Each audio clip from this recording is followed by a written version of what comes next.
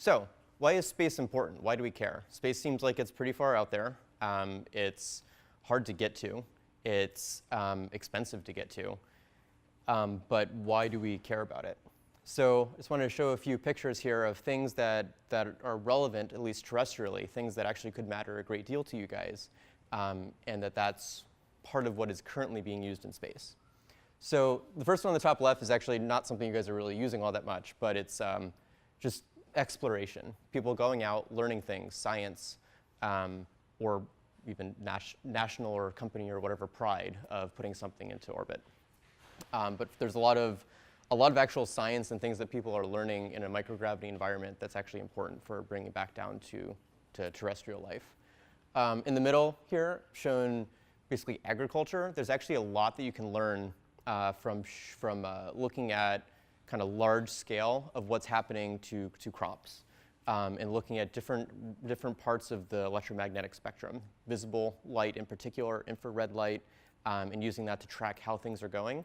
And then you can decide how you're going to change your crops based off of that.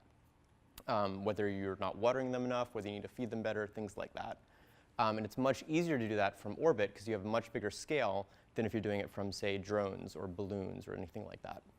On the right, TV truck, it's actually most TV trucks or any other people that are putting up any sort of high bandwidth data, they actually do that directly to satellite. They don't plug into a fiber on the ground or something like that. It's just easier to actually shoot it all the way up to orbit and then back down to somewhere else. Satellite TV is a big thing in many parts of the world. Obviously, your navigation, GPS, is something that uses satellites, so you can actually know where you are.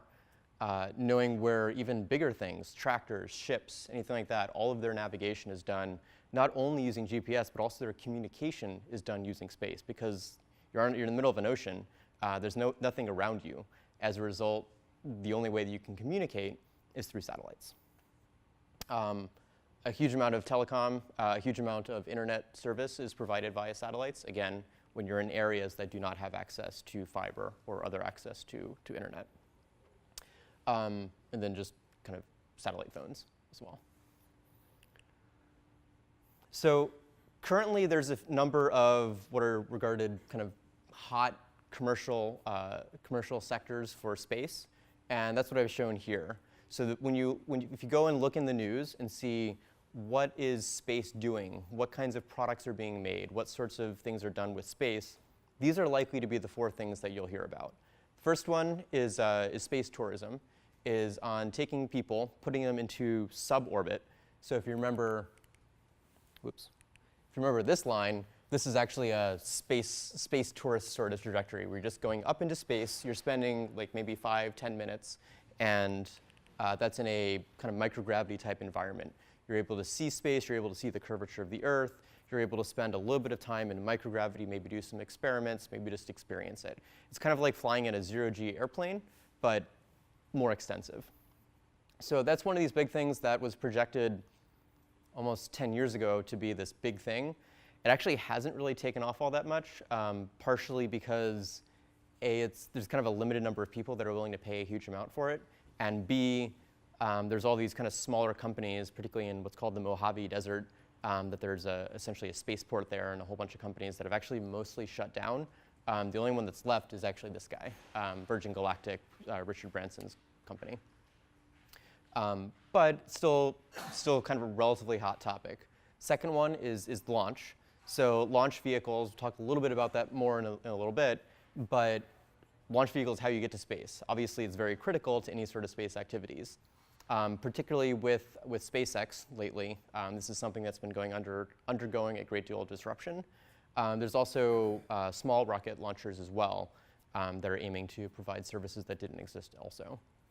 The third one is remote sensing.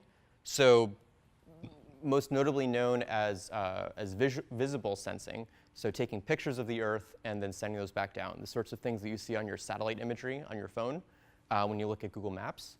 That's actually not only from satellites, it's also from other above ground things, airplanes, drones, balloons, things like that, but a lot of it's from, especially the lower resolution stuff, it's all from satellites. And then, furthermore, what I mentioned before about agriculture, looking in other bands, whether you're talking about radar, to look at the heights of things, look at the profile, terrain. Even below ground, you can actually do that with sufficiently long wavelength waves. Or looking at infrared, or looking at ultraviolet, there's different things that you can see on different parts of the spectrum. So that's a big industry. And then the final one is telecoms.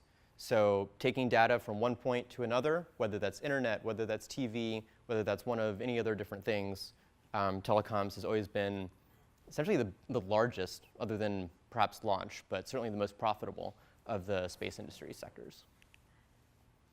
So let's talk a little bit about satellites. So satellite is actually a relatively generic term. All that satellite actually means is a body that's orbiting another body.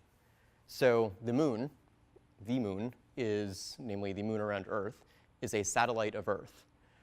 Here's a picture in the middle that's actually all of the existing satellites and space debris. Obviously, not to scale because space is big. These are all actually, they might be big, but zoomed out to this level is actually, you wouldn't see any of this. So it's false rendition, not that we're taking a picture of that anyway. But every single one of these things, whether it's a discarded rocket stage, whether it's a pen that some astronaut let go, which somebody did on the station did let go of a tool bag not too long ago and just kind of floated away and became another satellite. So any of those intentional satellites, anything like that, are all satellites. And then just to show kind of the biggest range of scale, probably the biggest man-made satellite of Earth is the International Space Station, which you see up on the top right. And then in the bottom right is among the smallest of satellites around the Earth, at least intentional satellites, which are CubeSats. And so those are actually doves, some of the CubeSats that Planet Labs, where I used to work, had put up. Now to give you a feel for satellite form factors, as I mentioned before, CubeSats are a relatively inexpensive satellite that you can build and launch, versus the traditional satellites, traditional telecoms in particular, also true for traditional imaging satellites or anything like that, are huge. So we've got a scale here to put you guys in perspective. So we've got people, and then the rest of these pictures are actually to scale, roughly that I could do by eyeing it. So you've got traditional telecom satellites on the right, size of at least a large car, if not a small bus. And you can see the people there. These are what are called microsatellites. This is the size of spacecraft that Astranis is going to be building that we started designing. We've built this as a demo satellite, and now we're building these for our production payload. These are also the sorts of satellites that a company called Skybox, that you guys may have heard of, an Earth imaging company, has built in order to do their imaging. These are relatively popular because it's easy to get what are called ride shares, meaning you don't have to buy a whole rocket yourself. You can actually get a hitchhiker slot on somebody else's rocket and use that to go up and take you to orbit. So these are what are roughly 1 meter cubed and less than a couple hundred kilograms. So very small compared to the 4 metric ton and I don't know, 6 by 3 by 3 or something meter traditional satellites. And then this is a CubeSat. So CubeSats are 10 by 10 by 30 centimeters.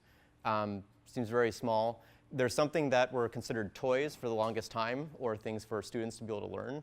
And then technology advanced, and it actually became possible to put enough power, put enough computing capability, put attitude control, put all the things that you need in a satellite into this form factor that's this big. And then they took off, and that's why there's now a lot of different companies, particularly remote sensing companies, that are using CubeSats. It's much harder to use that for some sort of a telecom satellite. So when you're doing telecoms, whether it's the people that are doing it in low Earth orbit or people like us that are going to be putting them to geostationary, generally go for something a little bit larger.